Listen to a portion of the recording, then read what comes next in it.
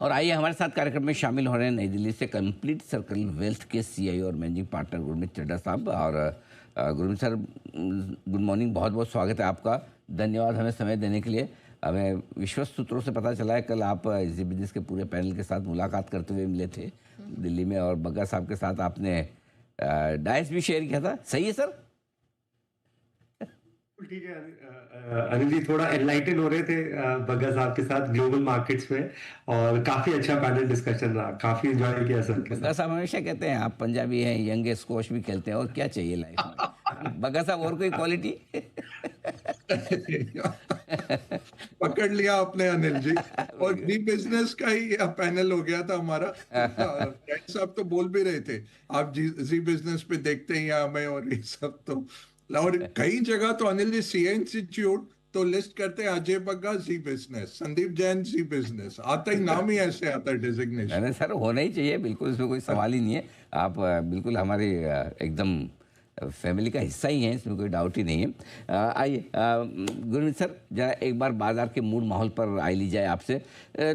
ये क्या हृदय परिवर्तन हुआ है एफआईएस की तरफ से 3 दिनों से? हमसे मतलब हम भरोसा नहीं हो रहा सर, ईमानदारी की बात तो ये है। नहीं अनिल जी, मुझे ऐसा लगता है कि थोड़ा सा कई चीजें हैं, शॉर्ट कवरिंग भी है, थोड़ा सा ओवरऑल सेंटिमेंट चेंज भी है। कहीं ना कहीं एक्सपेक्टेशन है कि ट्रेड डील जैसे ओमान के साथ हुआ है, रिपब्लिक डे में कह रहे हैं ईयू के साथ होगा। सुप्रीम कोर्ट का हेयरिंग है यूएस में कि एक हो सकता है अनफेवरेबल जजमेंट आए कुछ पार्ट्स पे टैरिफ को लेके, और थोड़ा सा इकोनॉमिक मोमेंटम है, काफी सारे हैं कारण है, बट मैं बहुत जल्दी रीड नहीं करूंगा इस पे। आई थिंक बड़ा इशू मेरे लिए ये है अनिल जी कि कॉर्पोरेट अर्निंग्स वापस आनी चाहिए। कल मैं अजय सर के साथ भी डिस्कस कर रहा था कि जो अपना लार्ज कैप है, जो निफ्टी 50 है, वहां पे अगर 10% से ऊपर अर्निंग ग्रोथ नहीं आएगा तो बाजार अभी भी 21 के फॉरवर्ड पे है। तो आप 2 के ऊपर पैक पे हैं, तो एफआई शायद कंटिन्यू करेंगे बेचना, क्योंकि 9-10% रिटर्न अगर मैं एज्यूम करूं कि अर्निंग जैसे ही रिटर्न आएगा, वो post tax post dollar terms में 5-6% रह जाता है। हाँ जी। और उस लेवल पे थोड़ा बहुत चर्न चलता रहेगा, तो अर्निंग ग्रोथ पिकअप होना बहुत जरूरी है। और सेंटिमेंटली थोड़ी और ट्रेड डील्स होना, और ये एटलीस्ट जो पीनल टैरिफ है वो ज्यादा जरूरी है कि थोड़ा सस्टेनेबल डिमांड आए। दूसरा, ये जो मेटल्स में बहुत तेजी आ रही है, गोल्ड एंड सिल्वर है, मैं ये मानता हूँ ये एक्विटीज के लिए बहुत अच्छा नहीं है। क्योंकि कहीं ना कहीं बाजार को एक एक एक dollar as a reserve currency का स्टेटस, जो जियो पॉलिटिकल इश्यूज चल रहे हैं उस पे, तो बहुत ज्यादा प्रेशर मसल में राइज भी जो है वो बहुत, क्योंकि इन्वर्स कोरिलेशन होता है। हालांकि इस बार S&P 500 और गोल्ड दोनों तेज भागा है, बट यूजली इन्वर्स कोरिलेशन होता है। तो मेरे हिसाब से थोड़ा सा अर्निंग्स पे ध्यान देना चाहिए, बट थोड़ा जैसा मैंने पहले बोला जी, मार्केट बहुत ओवरसोल्ड था, बहुत ज्यादा नेगेटिविटी है इंडियन मार्केट्स को लेके, वो मुझे लग रहा था थोड़ा सा ओवरडन हो गया था। गिरा हुआ, जरूरत से ज़्यादा नेगेटिव, लोगों का इंटरेस्ट खत्म, किसी को कुछ करना नहीं है, विक्स एकदम आपका 10 के नीचे के लेवल, ये सारी चीज़ें हैं जो बाजार को एक रिकवरी दे रही। लेकिन अभी ये रिकवरी टिकाऊ होगी नहीं, इस तिमाही के नतीजे शायद बताएं। उम्मीद रखें कि सर तीसरी तिमाही के नतीजे दूसरी तिमाही से बेहतर रह सकते हैं? डेफिनेटली अनिल जी, कुछ पॉकेट्स में आई थिंक आईटी थोड़ा सा सरप्राइज कर सकता है करेंसी की वजह से।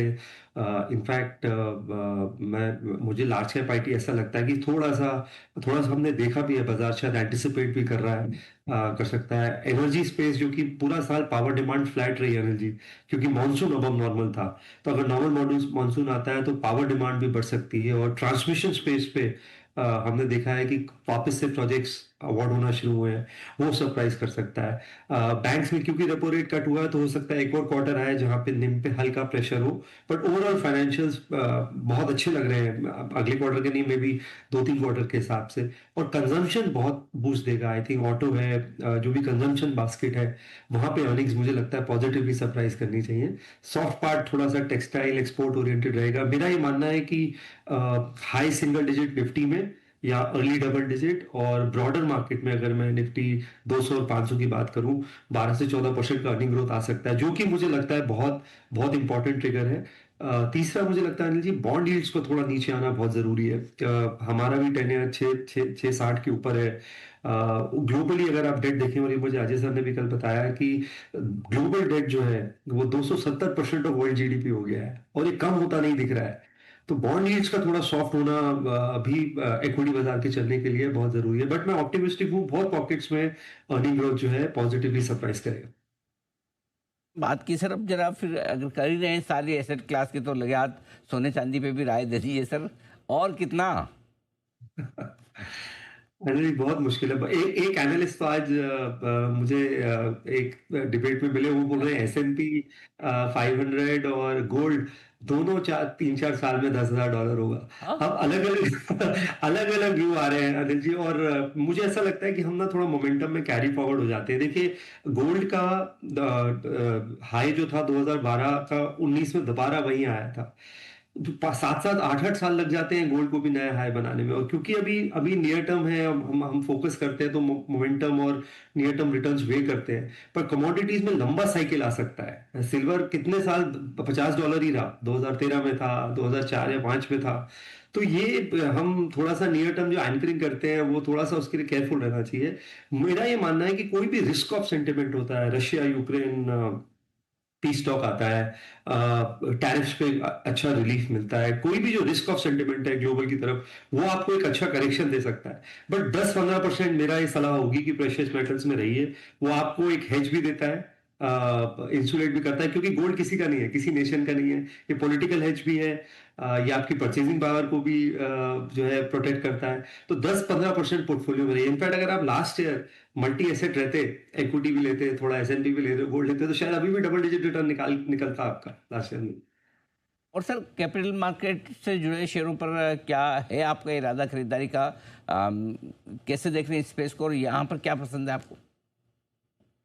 अनिल जी, अच्छा करेक्शन हुआ है। हमने रिसेंटली ग्रो ऐड किया था 140-45 लेवल पे, क्योंकि मुझे लगता है वो कैपिटल मार्केट प्ले भी है और हाई बीटा प्ले है। जब मार्केट रिकवर करेगा, क्योंकि लार्जेस्ट ब्रोकर हो गया है, और वो ब्रोकिंग रेवेन्यू से पिवट कर रहा है। अगर आप देखिए, MF न्यू SIP जो रजिस्टर हुई लास्ट महीने, 45% ग्रो के प्लेटफॉर्म पे रजिस्टर हुई। तो डिजिटल मॉडल बहुत अच्छा कर रहा है उनका, प्लस वो डाइवर्सिफाई कर रहे हैं। ब्रोकिंग रेवेन्यू अभी 82% है, बट कमोडिटीज के आने से, वेल्थ मैनेजमेंट, MF डिस्ट्रीब्यूशन से मुझे लगता है वेल्थ स्प्रेड होगा। हमने CDSL हमारे पोर्टफोलियो में ऑलरेडी है। AMC के शेयर्स में थोड़ा सा एक दबाव देखने को मिला, क्योंकि सेबी TER को एडजस्ट करा था, पर जो फाइनल आउटकम आया और जो उन्होंने ऑफसेट्स दिए हैं GST में, और उसमें तो बहुत ज्यादा इम्पैक्ट नहीं पड़ेगा। और तो वेल्थ मैनेजमेंट में हमारे पास HDFC AMC है, और प्रू अगर थोड़ा बेटर एंट्री पॉइंट देता है तो उसको भी कंसिडर करेंगे।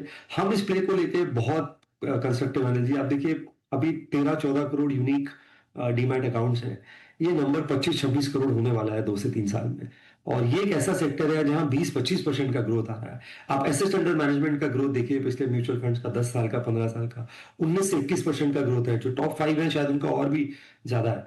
तो बहुत सेकुलर ग्रोथ है ये। और जो भी इंटरमीडिएटरीज हैं, चाहे वो एक्सचेंज है, चाहे वो डिपॉजिटरीज हैं, चाहे वो वेल्थ मैनेजमेंट आउटफिट्स हैं, वहां पे अच्छा करेगा। थोड़ा सा ब्रोकिंग स्पेस में आपको मार्केट के रिवाइवल का वेट करना पड़ेगा, क्योंकि वॉल्यूम जरूर कम हुए हैं। तो वो आप थोड़ा सा ब्रॉडर रिकवरी के बाद ऐड कर सकते हैं। तो हम इस स्पेस में काफी कंस्ट्रक्टिव है। इनफैक्ट हमारे पोर्टफोलियो में कैपिटल मार्केट प्ले कुछ 12-13% वेट है।